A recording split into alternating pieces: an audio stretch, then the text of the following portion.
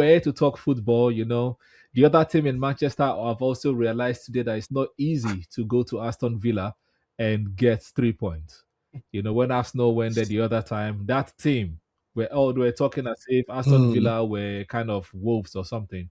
But at least today they realize that it's not about playing well, it's not about shooting like a lot of shots because they had equal amount of shots as Aston Villa. It's about who is clinical. And they learned. So, Mr. Sheon, how are you feeling today now? How are you feeling about the game? Amorim is getting his tactics right. The same players you guys said were washed. They are all playing well into the system. Like, are things looking up? Top four? Top four? Yes.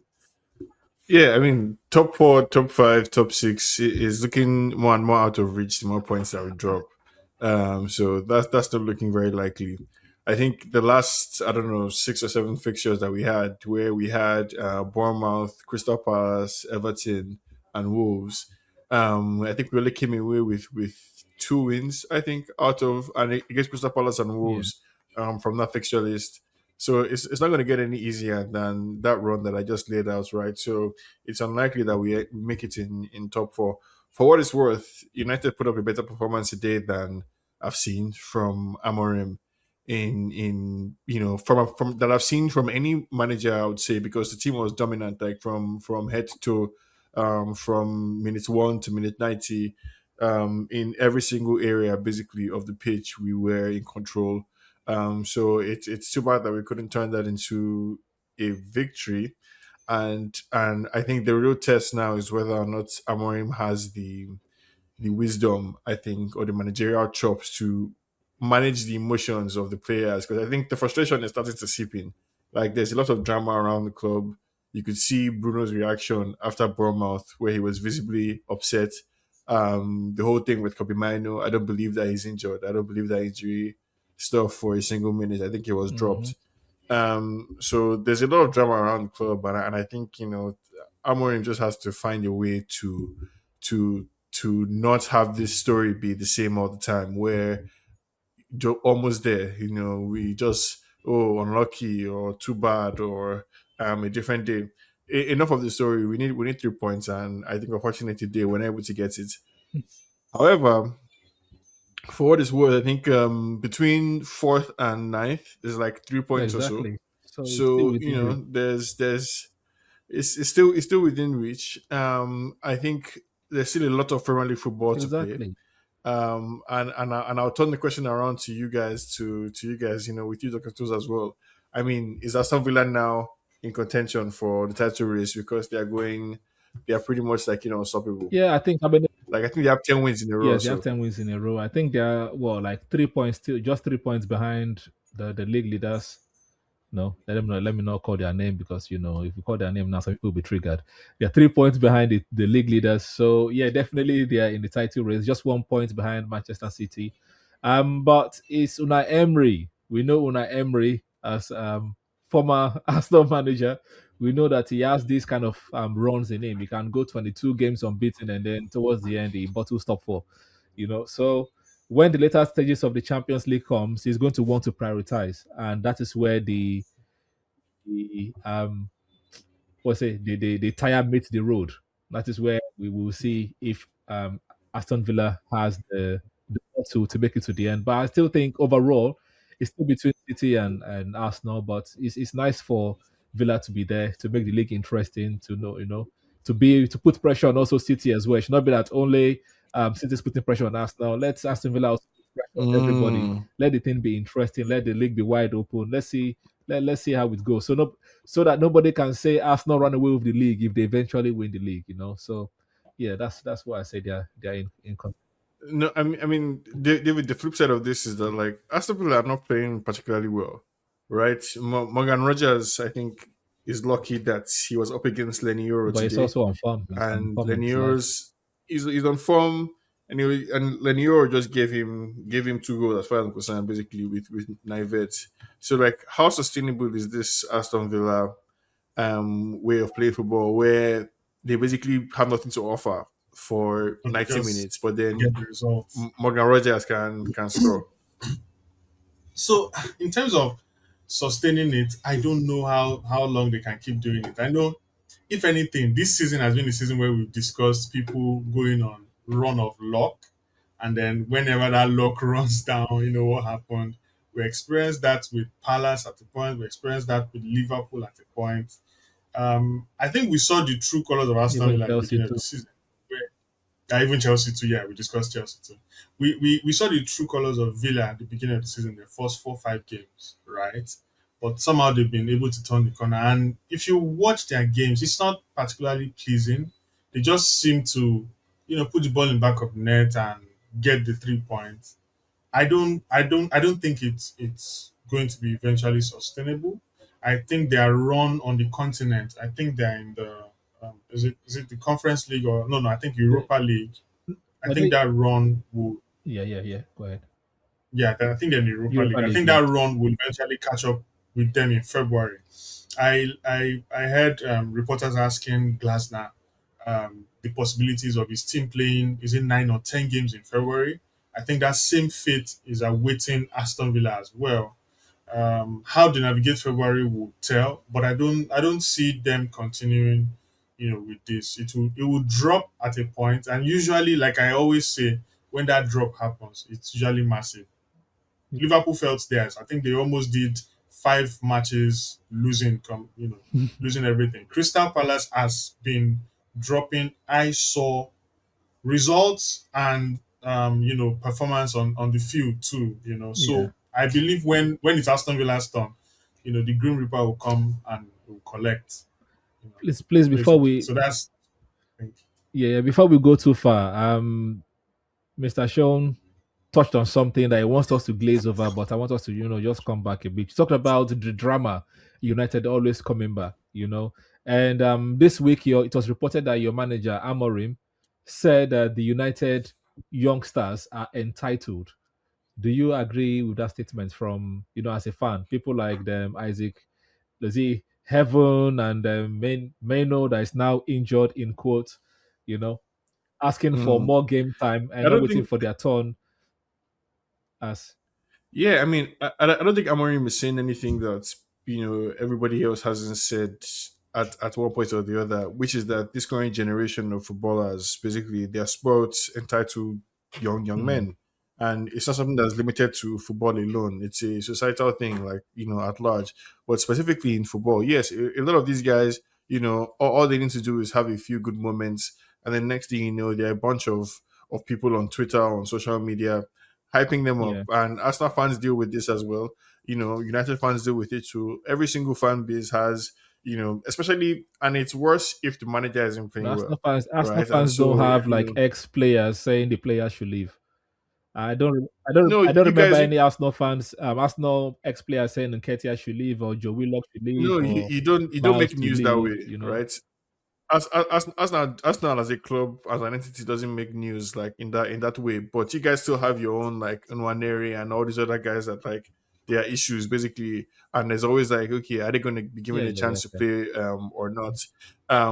And you could say what has Nwaneri done, right? And there are certain managers, especially if the team is not winning, basically who now make it about the choices the manager is making. So for a few people, the fact that Kobbie isn't playing is further evidence that Amorim doesn't know what he's doing. So the only response Amorim can have is to win, and we're not winning. So he can be questioned, but are these guys entitled? Yes, I think whether it's Hariyamas, whether it's Hmm. Shidobi, whether it's even Kobbie, right? I think Kobe should be playing more. But the reason why Kobe is not playing is because Amorim doesn't fancy him for his system. Yeah, but That's it's, too it's bad, him or Bruno right? That's Fernandez. Obviously, if Fernandez has to start now. Fernandez has to start because Fernandez is a much better player, right? But Amorim doesn't have to play this system, right? There are ways you can play football that would accommodate both Bruno and both Kobe Mino. And there are managers and there are people who will say that's a better way of playing. But Amorim wants to play the way he wants to play, and the only way he can win the argument is to win, like on the pitch, right? He can't keep saying things that make sense in theory, right? He can't keep just because he's not a pastor. He's not here to like he's not here to preach to us or to motivate people.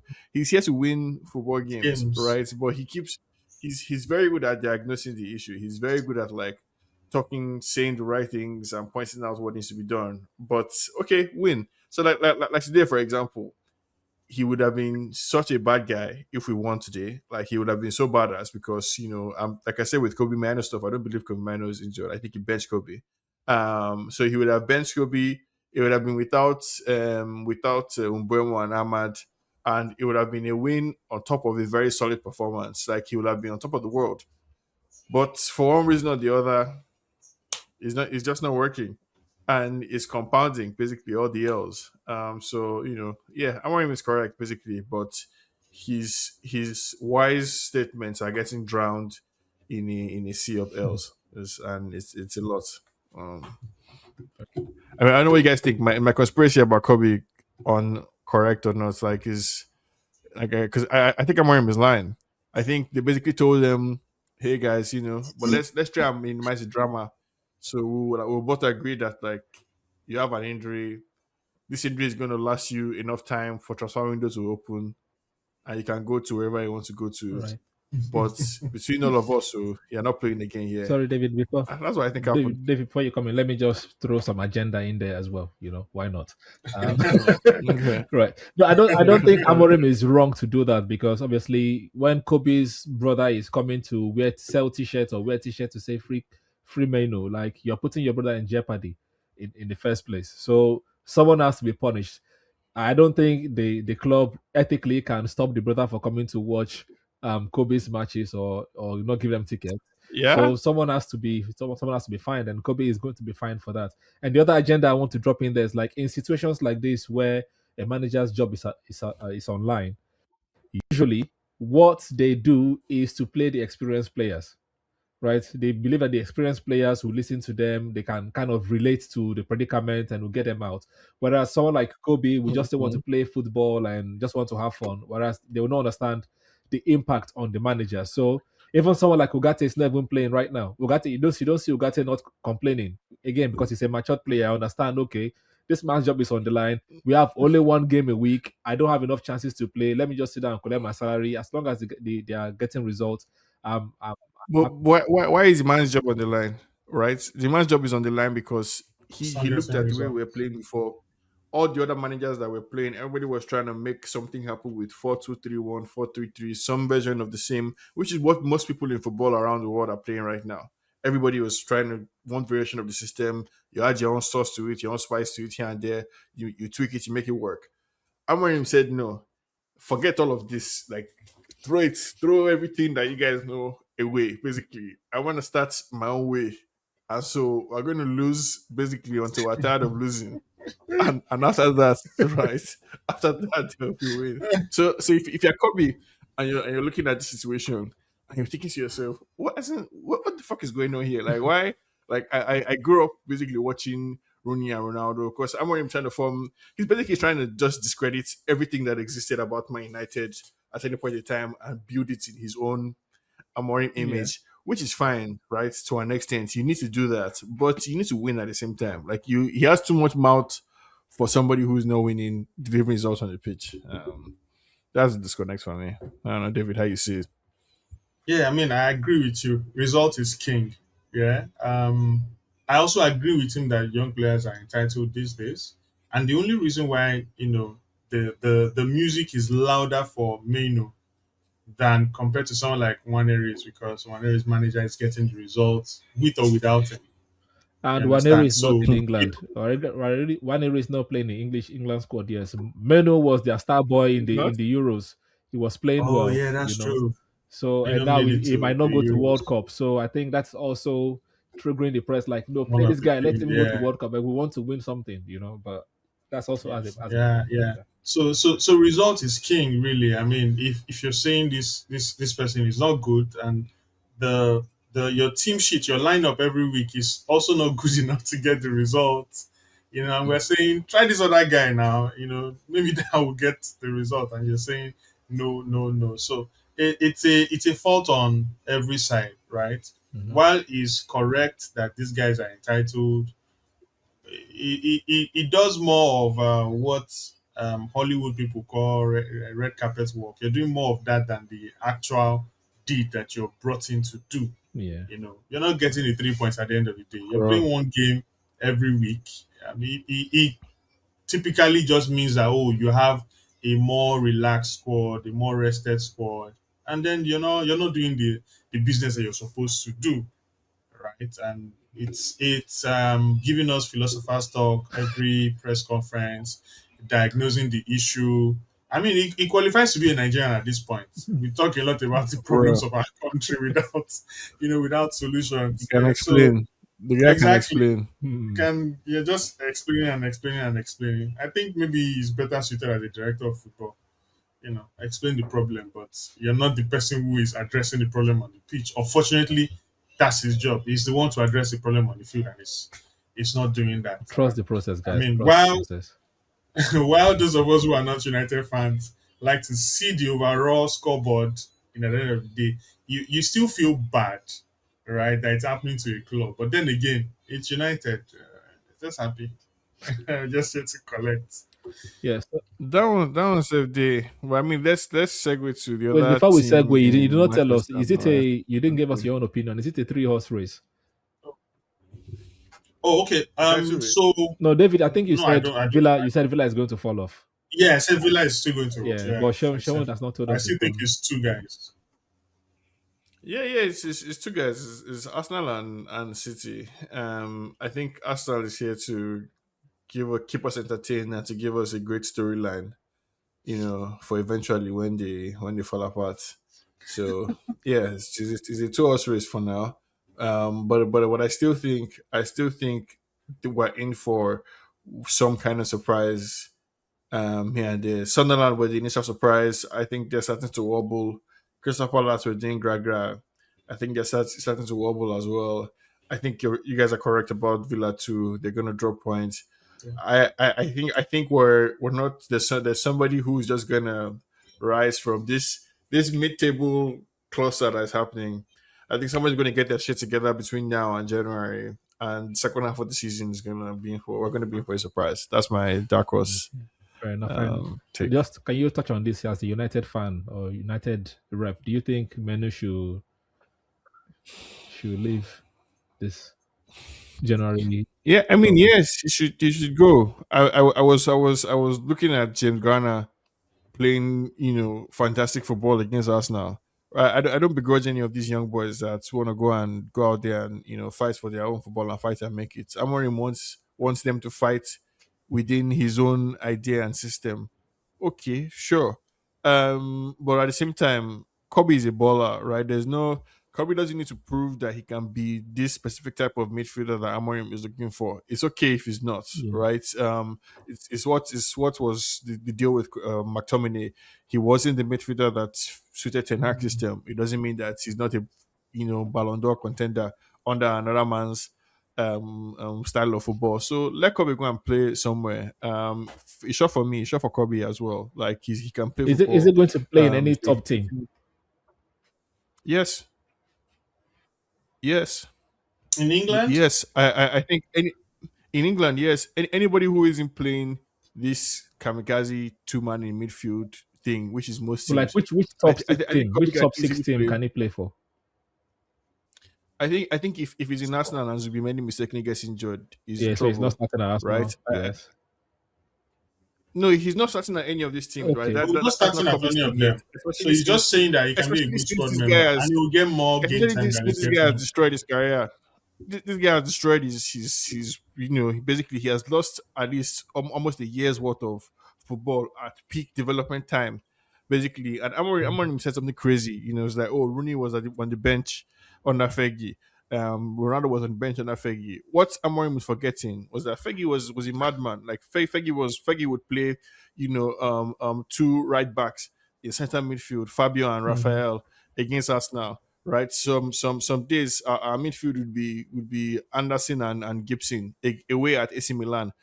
Fergie had made it such that it doesn't matter who you are, doesn't matter what your name is, whether you're 12 years old, 13 years old, you can step up to the Mhm. place. Basically, some of the most the craziest moments we had as United fans, where with this type of young players, Makeda against Villa as well.